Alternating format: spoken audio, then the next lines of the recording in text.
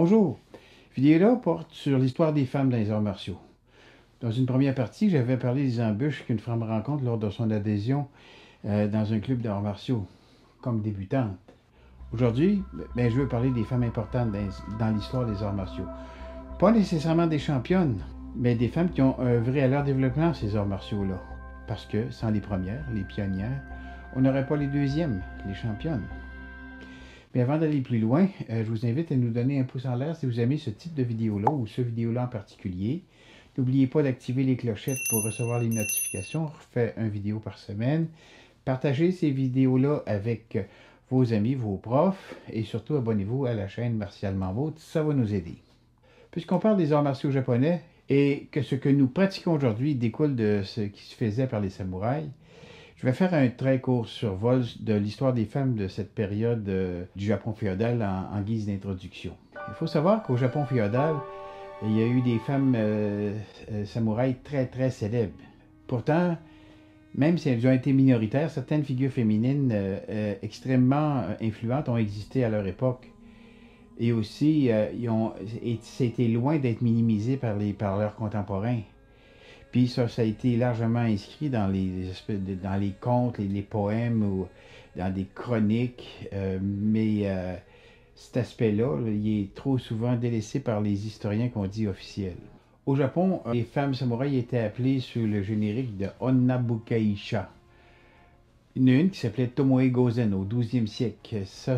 Elle détient un statut de légende. Non seulement parce que c'était une femme, mais parce qu'elle était aussi une guerrière d'exception du redoutable clan Minamoto. Si vous vous intéressez à l'histoire du Japon, les Minamoto, ça vous dit quelque chose. Son histoire a été tellement racontée et déformée qu'il est aujourd'hui assez difficile de différencier ce qui est réel de la pure légende. Une chose est pourtant sûre, Tomoe Gozen a été la femme guerrière la plus redoutable de toute l'histoire du Japon. Si la participation des femmes dans les armées a été rarement enregistrée entre le 12e et le 18e siècle, la samouraï Tomoe Gozen était la seule guerrière dont l'histoire est décrite, puis décrite en détail dans les anciens contes, dans les anciens romans. Elle a été la meilleure guerrière sur les champs de bataille. Et ça selon les historiens officiels. Tomoe Gozen a combattu auprès de son amant, Minamoto no Yoshinaka. Ils ont fait ça au cours de la guerre, ce que l'histoire appelle l'histoire de la guerre de Genpei. C'est un pan de l'histoire du pays du soleil levant. Ces exploits ont été relatés dans le roman concernant cette guerre-là, le Heike Monogatari. Bien que ces femmes-là pratiquent toutes les techniques de combat de l'époque féodale, les premières Onna Bukaisha, ce qu'ils faisaient surtout, c'était du tir à l'arc à cheval, ce qu'on appelle le Yabuzame. Mais il faut dire ça aussi en vérité, le symbole guerrier des femmes samouraïs, des Onna no Bukaisha, c'était le plus souvent représenté par le naginata. La naginata, c'est l'équivalent du katana chez les hommes, mais c'est la hallebarde. D'une manière ou d'une autre, si ce chapitre-là des samouraïs féminins vous intéresse vraiment, faites-le moi savoir, puis je vais me faire un plaisir de consacrer une chronique plus prononcée ou plus profonde là-dessus. Plusieurs siècles plus tard, Jigoro Kano a créé une section judo, très tôt dans l'histoire du judo, puisqu'il a créé ça en 1923. Et une de ses premières élèves a été Keiko Fukuda.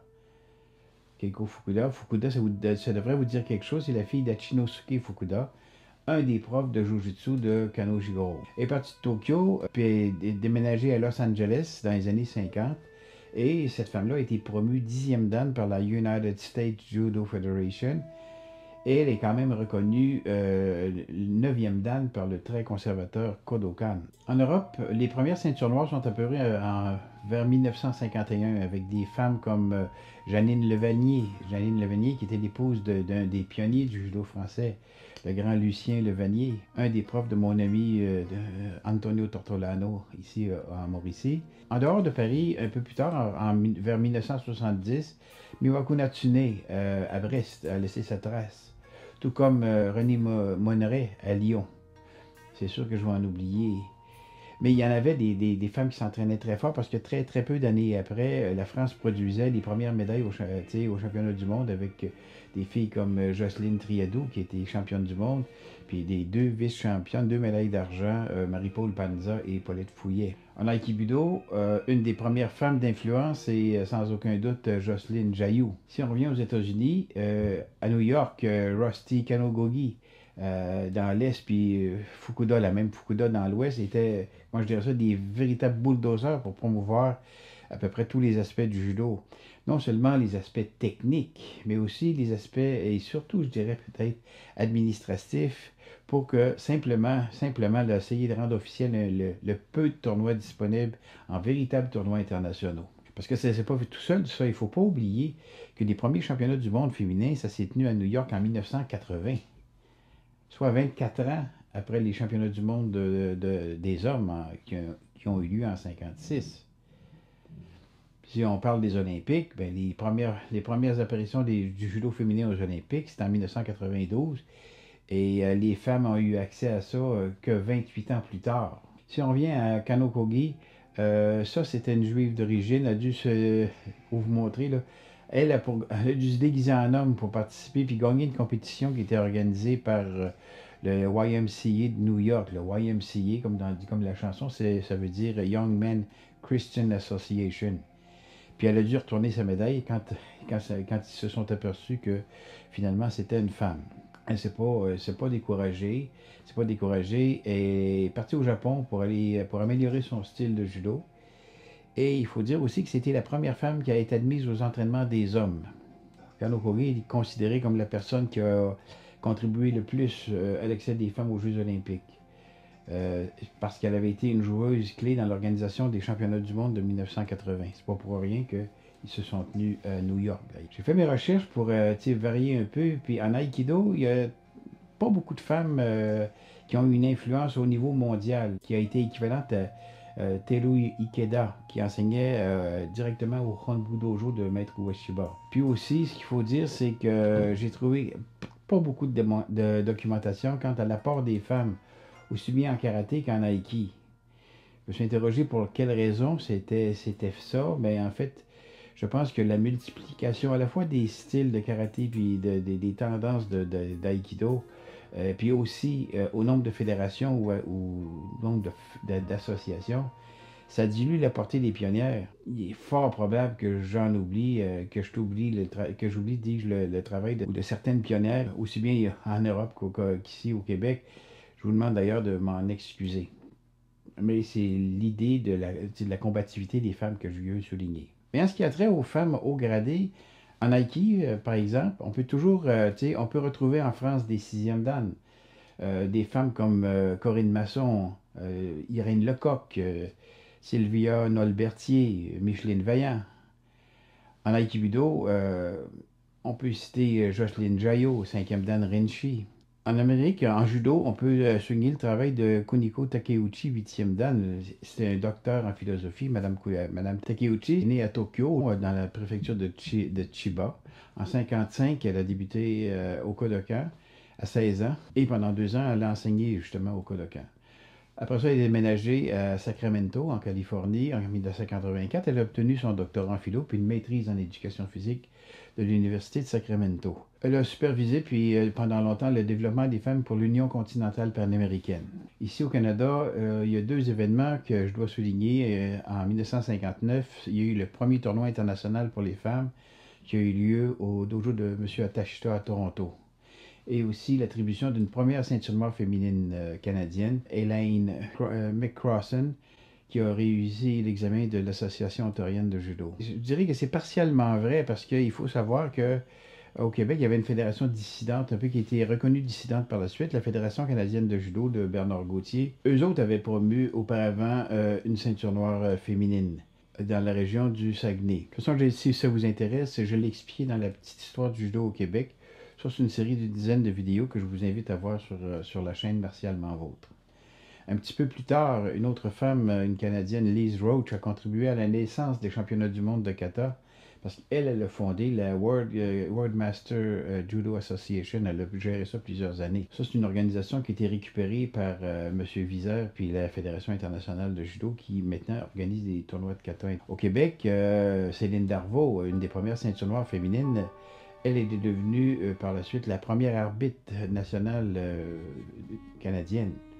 C'était vraiment une percée dans l'arbitrage. Si on parle d'Aiki, d'autres femmes ont beaucoup travaillé. Je parle par exemple de la cinquième dan qui est Muriel de Rogis, qui est de la Fédération d'Aikido du Québec, puis à l'Association québécoise et à l'AAKQ, l'Association d'Aikido et Kobudo du Québec, Josette Lantaigne, Manon Pelletier, Marie-Christine Larouche assurent à la fois la continuité et puis la relève. Toujours en France, mais au karaté, cette fois, il y a un collège des hauts gradés féminins qui a été créé dernièrement avec la participation de plusieurs femmes issues de différents styles, comme par exemple, si je me souviens bien, il y a Frédéric Vitrac et Cécile Alix, ça c'est deux sixième dan Shito Ryo. Il y a aussi Isabelle Lamiel et Fabienne David, sixième et cinquième dan de karaté en Nanbudo.